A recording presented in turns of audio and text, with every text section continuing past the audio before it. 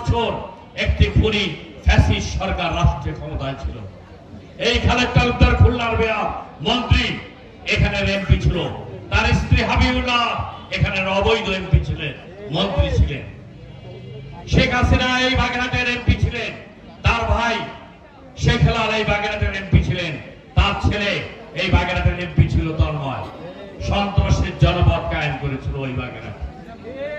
বিগত 17 বছর জাতীয়তাবাদী আদর্শের সূর্য সৈনিকরা, শ্রমিকরা, প্রত্যেকটি শ্রমিক বিভিন্ন শ্রেণী পেশায় নিয়ে যেত। এই শ্রমিকরা ঘাট শ্রমিক, নির্মাণ শ্রমিক, আমাদের বন্দরের শ্রমিক, ইপিজেড শ্রমিক, হাজার হাজার শ্রমিক আমাদের এখানে কর্মরত রয়েছে এই মংলাকে ঘিরে। তারা জাতীয়তাবাদী আদর্শের শ্রমিকরা নির্যাতিত হয়েছেন, জেল জুলুম খেটেছেন, অত্যাচার নির্যাতিত হয়েছেন বিগত শাসনের আমলে। ঠিক কিনা বলেন? এটা হলো সত্য কথা। জুলুম, অত্যাচার, নির্যাতন করেছে। আমাদের অনেক শ্রমিকদের চাকরিচ্যুত হয়েছে, অনেক শ্রমিকরা মিথ্যা মামলায় কারাগারে ছিলেন।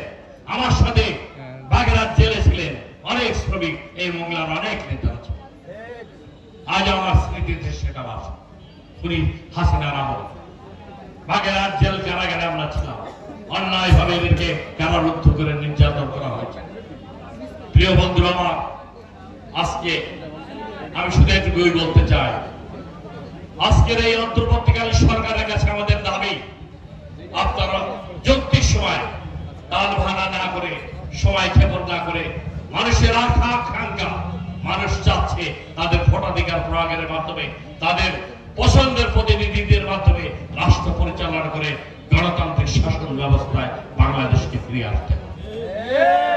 তা না হলে আজকের যে বহুমুখী চ্যালেঞ্জের মুখে বাংলাদেশ এসে দাঁড়িয়েছে, স্বাধীনতা, সার্বভৌমত্বের চ্যালেঞ্জ, কর্মসংস্থানের চ্যালেঞ্জ, রাজনৈতিক সংকট, অর্থনৈতিক সংকট, সামাজিক সংকট, প্রতিনিয়ত এক একটা সমস্যা এসে জাতির সামনে এসে দাঁড়াচ্ছে।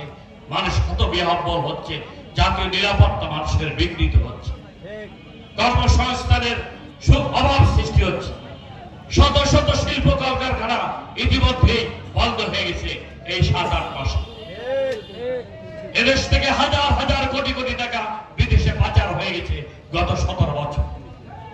টিআইবি রিপোর্টে আপনারা দেখেছেন 17 বছরে $245 বিলিয়ন বৈধভাবে দেশ থেকে অর্থ পাচার হয়ে গেছে। প্রায় 3,45,000 অনাদায়ী ঋণ, অলিগার শেখ হাসিনার বড় বড় ব্যবসায়ীরা ঋণ নিয়ে